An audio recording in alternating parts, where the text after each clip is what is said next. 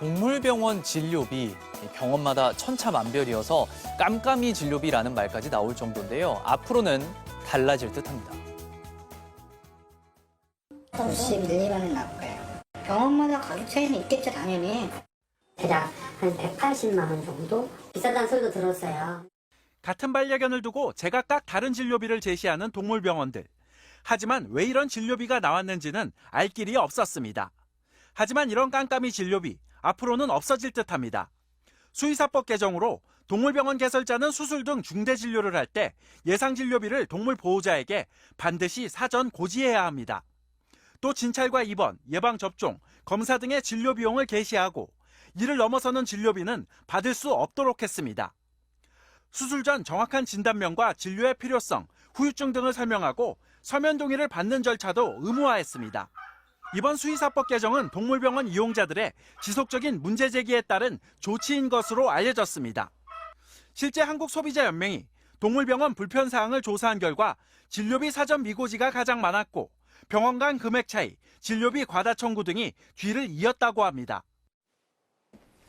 지금 화면에 나가고 있는 뭉치라는 강아지인데요. 지난 2018년에 숨지기 전에 3일간 병원 신세를 졌는데 당시 병원비가 무려 300만 원이 나왔다고 합니다. 초음파 검사에 간과 담낭이 안 좋아서 수술을 했다고 하고요. 평소에도 한번 병원에 갔다 하면 20~30만 원은 쉽게 나온다고 했습니다. 이게 뭐 뭉치만의 문제는 아니죠. 한국소비자연맹이 조사를 해봤더니 동물병원에서 한 번 내는 진료비가 평균 84,000원이라고 합니다. 제가 최근에 이 눈병이 걸려서 안과를 갔는데 병원비가 약값 합쳐서 19,000원 정도 나왔었거든요. 확실히 이 사람보다 병원비 더 나올 만하죠. 이 심신의 안정을 주고 자식 같다는 반려동물이지만 10명 중 8명이 진료비 부담스럽다 이렇게 답했습니다. 아니 반려동물은 좀 그런 보험이나 이런 게 없습니까? 혹시 있는데도 많이 안 드는 겁니까? 어떤 겁니까? 펫보험이 있긴 한데요. 현재 이제 국내 반려동물이 900만 마리나 되는데요. 네. 보험에 가입한 동물은 3만 마리. 그러니까 이게 0.3%밖에 안 됩니다. 이름만 들으면 이 알만한 7개 보험사에서 상품을 판매 중이고요.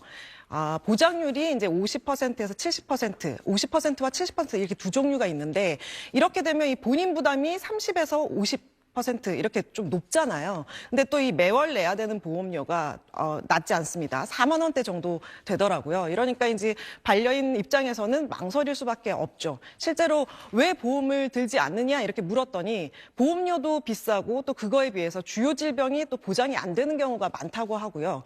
그래서 이 펫보험 가입하느니 차라리 적금 드는 게 낫다는 의견도 많았습니다. 보험업계에서는 그동안 이 진료비가 표준화되어 있지 않다 보니까 보험이 활성화되기 힘든 상황이었다고 설명했습니다.